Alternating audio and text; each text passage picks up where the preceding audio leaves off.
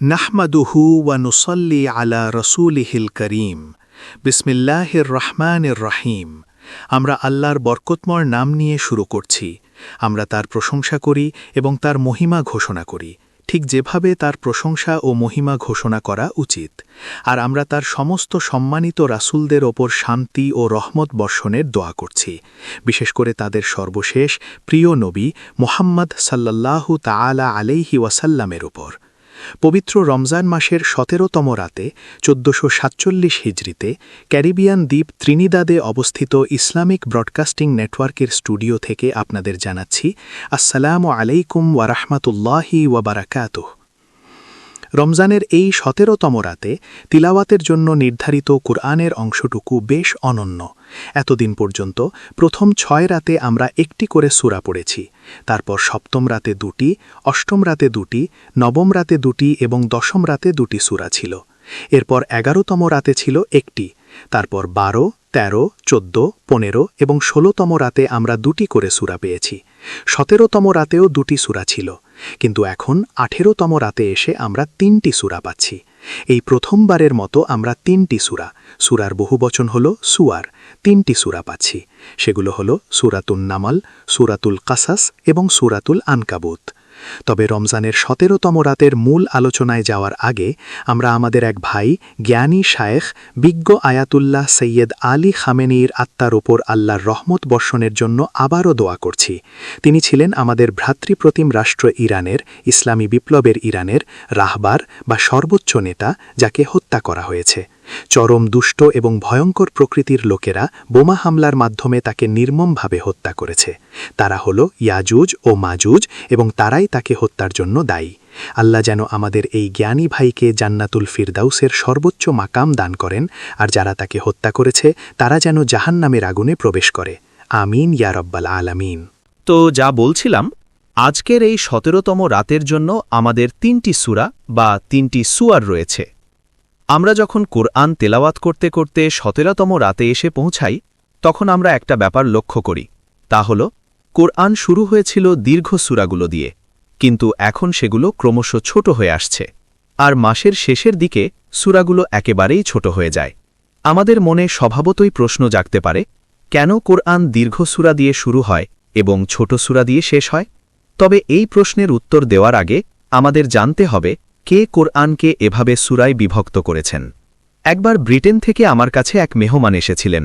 তিনি ইসলামের একজন স্কলার বা আলেম, তবে আমি তার নাম উল্লেখ করব না। তিনি শুধু ইমরান হোসেনের সাথে দেখা করার জন্য ব্রিটেন থেকে ত্রিনিদাদে সফর করে এসেছিলেন। কেউ একজন আমাকে ফোন করে বিষয়টি জানালে আমি বলেছিলাম, ঠিক আছে, সমস্যা নেই, তাকে আসতে দাও। যদিও আমি ভীষণ ব্যস্ত সময় পার করি। তিনি আমার সাথে দেখা করতে এলেন, আর আমি তার সম্পর্কে এমন কোনো তথ্য দিতে চাই না যাতে আপনারা তাকে চিনে ফেলেন। তো কথা বলার সময় আমি তাকে জিজ্ঞেস করলাম, কে কোরআনকে বিভিন্ন সূরা বা সুয়ারে বিভক্ত করেছেন? তিনি মাথা চুলকিয়ে বললেন, আমার মনে হয় আবু বকর সিদ্দিক রাদিয়াল্লাহু আনহু। মাফ করবেন, আমাকে ক্ষমা করবেন, আমার আসলে হাসা উচিত হয়নি। না, মোটেও না।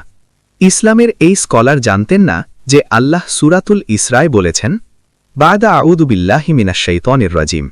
আল্লাহ বলেন, কুরআনান ফারাকনাহু, অর্থাৎ আমি এই কুরআনকে বিভক্ত করেছি। এর অর্থ হল, আমরা এই কুরআনকে সূরায় বিভক্ত করেছি। সূরার বহুবচন হল সুয়ার। আমি এই কুরআনকে এভাবেই ভাগ করেছি। সুতরাং কে কুরআনকে সূরায় ভাগ করেছেন, এই প্রশ্নের উত্তর হল, আল্লাহ স্বয়ং এই ভাগ করেছেন। প্রশ্ন হল, কেন তিনি কোরআনকে বিভিন্ন সূরায় বা সুয়ারে ভাগ করলেন? এর উত্তরও তিনি নিজেই দিয়েছেন। কোরআনান ফারাকনাহু লিতাকরাআহু, আমি কোরআনকে তিলাওয়াতের উদ্দেশ্যে সূরায় বিভক্ত করেছি। স্টাডি বা একাডেমিক গবেষণার জন্য নয়, তিলাওয়াতের জন্য। আপনি কোরআনকে সেভাবে গবেষণা করতে পারবেন না যে প্রথমে সূরাতুল ফাতিহা নিয়ে স্টাডি করলেন, তারপর সূরাতুল বাকারা নিয়ে। ওসব ওয়াশিংটনের পশ্চিমা চিন্তাবিদদের জন্য রেখে দিন। আমাদের এর চেয়ে বেশি বোধবুদ্ধি আছে। আমরা কুরআনকে ওভাবে স্টাডি করি না।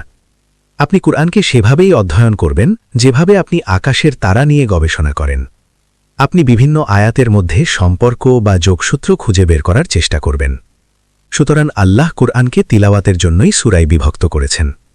তাহলে কেন তিনি সবচেয়ে বড় সূরাগুলো শুরুতে রাখলেন এবং ক্রমান্বয়ে সেগুলোকে ছোট করতে করতে মাসের শেষে একদম ছোট সূরাগুলো দিলেন? যার কারণে আজকের এই রাতে আমরা 3টি সূরা পাচ্ছি, যা এর আগে আমরা পাইনি: সূরাতুন নামল, সূরাতুল কাসাস এবং সূরাতুল আনকাবুত। এর উত্তর হল, আল্লাহ কুরআনকে তিলাবাতের জন্য এমনভাবে সূরায় বিভক্ত করেছেন যেন মাসের প্রতি রাতে কুরআন তিলাবাত করার সময় আমরা চাঁদের সাথে একটা ছন্দে সিঙ্ক্রনি থাকতে পারি। মাসের শুরুতে চাঁদ যখন নতুন থাকে, আল্লাহ চান আমরাও যেন তখন সতেজ ও শক্তিশালী থাকি। তাই আমরা আমাদের সমস্ত শক্তি সঞ্চয় করে মজবুত থাকি। আর তিনি কুরআনের শুরুতে সবচেয়ে দীর্ঘ সূরাটি আমাদের দিয়েছেন। সূরাতুল ফাতিহার পর প্রথমটি হল 286 আয়াত বিশিষ্ট সূরা আল বাকারা। তিনি শুরুতে আমাদের দীর্ঘ সূরা দেন। আর মাস যত এগোতে থাকে তিনি সূরাগুলোকে ততই ছোট করতে থাকেন। অবশেষে মাস যখন পুরনো হয়ে যায়, চাঁদও পুরনো হয়ে যায় এবং আমরা ক্লান্ত হয়ে পড়ি। চাঁদের হিসাবে ইমরানের বয়স এখন 87 বছর।